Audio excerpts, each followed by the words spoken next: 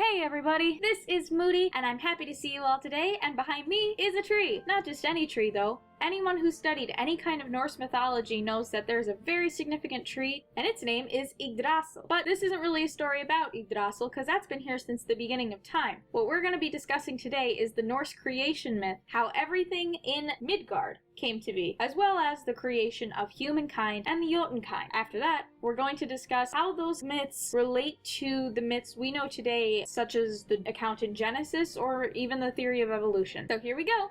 In the beginning there was Yggdrasil, the world tree which held the 9 realms together. One of the realms which had yet to be given a purpose was Ginnungagap, the Great Gap, an entire void that was, well, nothingness. Above Ginnungagap was the realm of ice, snow, and death, Niflheim, which stood as a testament to the modern-day tundra if you take off a few hundred degrees Kelvin. On the other side of Ginnungagap, hiding just underneath, was the realm of Muspelheim, the realm of fire, even more death, and you get to be a little cozy before your skin gets burned off. With the massive gap between them, the ice from Niflheim began to melt due to the heat from Muspelheim, and soon the Great Gap was filled with mist, debris, ice droplets, water droplets, steam, anything you could name, and a bunch of other stuff. The melted water, rapid heat, and other things eventually took form in a singular body that was a massive asexual humanoid creature that would come to be known as a Jotun, or ice giant. This particular giant, however, was extremely special in that they were the absolute first, and their name was Ymir. Now, of course, Ymir wasn't the only thing to come out of the Great Gap. A great deity of which all other Jotun were born, Ymir was said to sweat profusely due to the intense heat from Muspelheim, and from his sweat was produced more and more Jotun. But while Ymir was the first to be created in Ginnungagap, and his children subsequently from him, the second being was an enormous space cow named Audhumbla. Now, why is a giant space cow important? Well, for one, she became a mother figure to Ymir, and eventually to all of the other gods. She supplied milk for Ymir to drink and grow strong in order to produce more and more Jotun that were, in essence, her first grandchildren. And while Ymir may have fed from Alhambla, she also had to eat. And all she really had were the options of raging fire or some salt licks that had been covered in ice since the beginning of time. So she began to lick and lick and lick and lick and lick until she had had her fill, and eventually had somehow, don't ask me how, licked the first Aesir god into existence. The first to be brought into existence through this unusual method was Buri. Buri had a son named Bor. Bor would go on to marry Bestla, who was the daughter of half-Jotun Bolthorn, and from this union we are given the primary 3 Aesir gods, Odin the Allfather, who would become the king of Aesir, and his brothers Ve and Viri. Things were relatively peaceful for a good amount of time. The Aesir and the Jotun lived in relative peace for seemingly centuries. Nothing lasts forever. As they say, absolute power begets absolute corruption. And at this time, Ymir had the equivalent of absolute power. He was the creator of all Jotun, and with that came a bit of respect and a bit of a title. The only thing he enjoyed about that title, though, was the power that came with it. Anyone who was not to Ymir's ideal was seen as a lower being and discriminated against heavily, especially the Aesir. After rallying support from other races that had been discriminated against by Ymir and his primary set, Odin, Vili, and Ve led a massive rebellion against Ymir and the Jotun. Considering we don't see a bunch of 100-foot to 400-foot people walking around nowadays, you can assume who won. Not ones to be wasteful, the Aesir and their followers, primarily Odin, Vili, and Ve, split up Ymir's corpse in order to make a new realm under Yggdrasil. They first drained the corpse of all blood in order to fill the gaps and gashes that had been caused by the war just waged.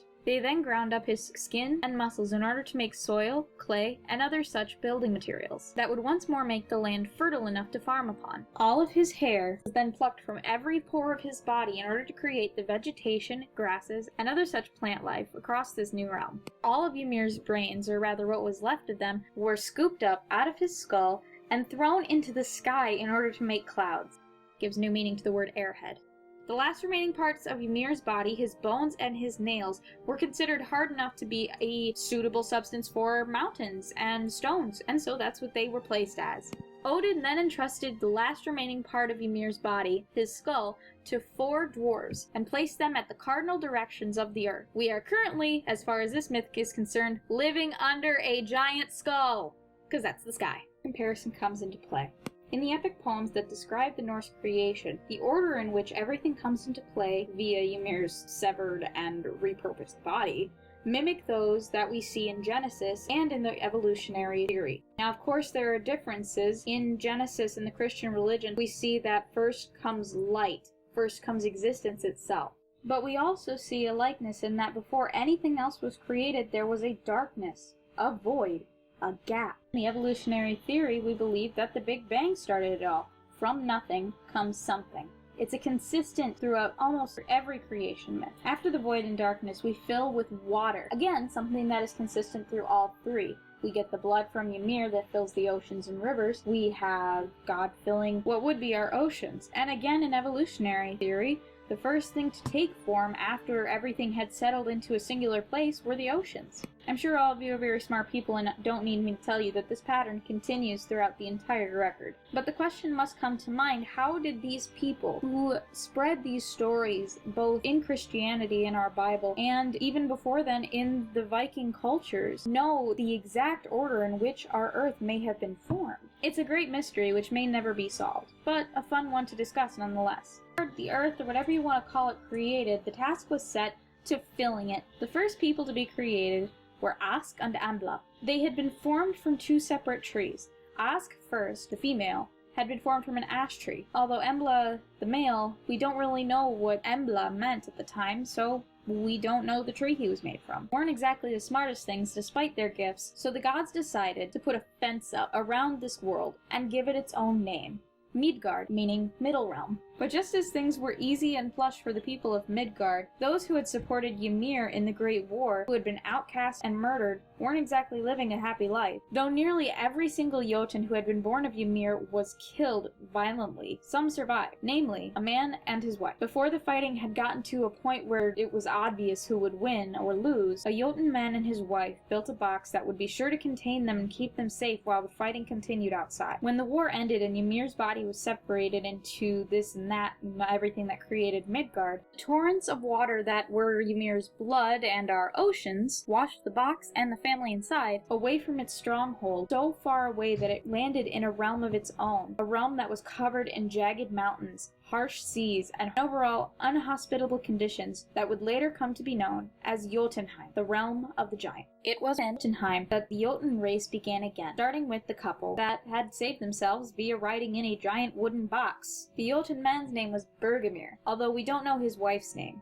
His ingenuity and prowess would eventually earn him a position of power in controlling the moon, but that's another story for another time. To a couple riding away with their family to a new land in order to escape a giant flood sounds familiar? Good! It should! Because it's the same idea that happened in Noah. Only when it came to Bergamir, they were running away from war. And in the case of Noah, they were running because humanity had screwed up big time. Nonetheless, the idea of a giant flood taking over a good amount of the earth is consistent, both in Norse, in Christianity, and in many other different kinds of mythologies and religions. Surprise anyone, though. Scientists have recently discovered that there actually was a giant flood. Though it may not have covered the entire earth, geologists have found evidence in sedimentary rock in a good amount of territory that would have been considered the ancient world. And indeed, some of these territories cross over from myth to myth.